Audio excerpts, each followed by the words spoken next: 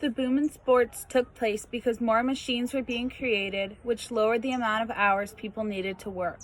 People found themselves with more leisurely time, which gave them the chance to dive into the world of sports. Large numbers of Americans paid money to bet on, watch, and play sports, and the new influx in cash allowed for gyms and stadiums to be built and upgraded, along with roads to be improved with the new amount of travel. Sponsors saw the opportunity and created a whole new world of advertisement.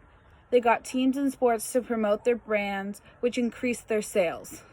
The sponsors were able to get their brands connected with the bigger teams and names in the sports community who helped promote and sell the product faster.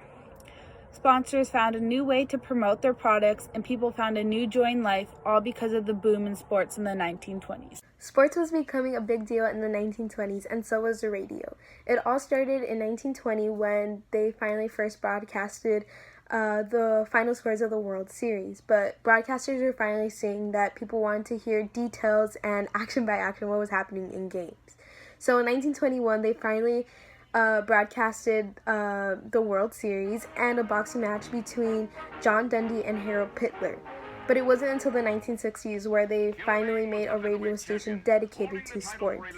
But people were finally enjoying listening to everything that was going on and visualizing what was happening and feeling the intensity and pressure that athletes were going through. People didn't have to rely on reading what happened the next day on the newspaper or hearing the experience from their friends or family members or their neighbor, but they got to experience it themselves in a way. And people still do till this day and actually prefer it than TV sometimes.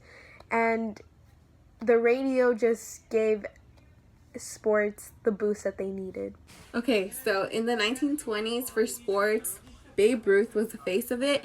And so basically what he did was that he hit a lot of home runs. He excited the crowd.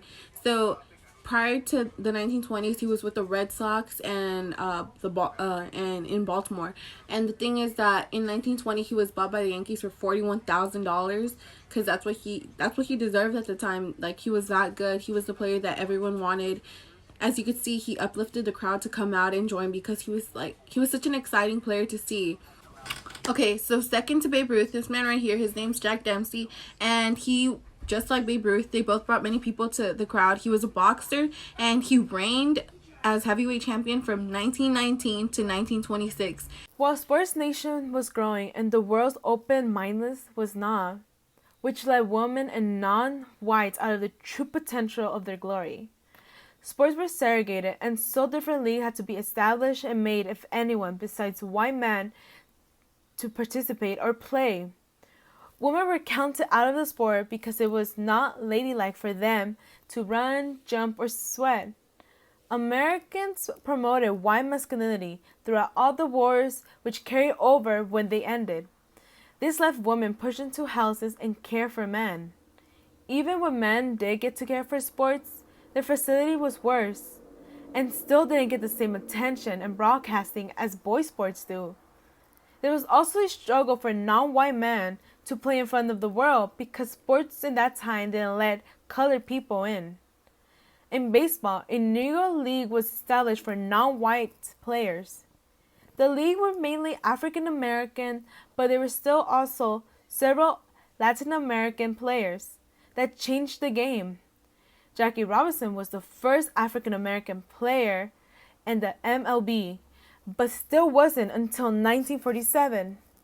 Sports were very segregated in that time, and so different leagues and terms and teams had to be made in order to let all genders and races to participate in the sports that they loved and cherished.